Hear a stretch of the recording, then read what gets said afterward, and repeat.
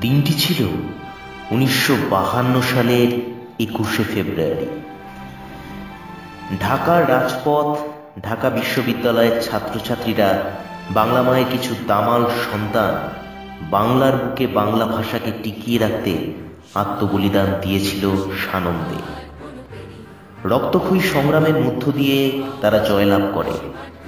বাংলাদেশে বাংলা ভাষা হয় সরকারি ভাষা।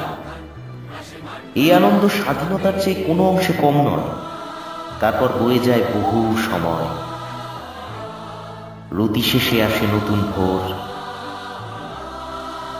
আজ 2017 সাল 21শে ফেব্রুয়ারি। আজ আমরা মাতৃভাষা বাংলাকে খুঁজে পাই আন্দোলনের কাঠগোড়ায়। কেন? আসুন আমরাও যাই সেই আদালতে, দেখি সেখানে কি চলছে।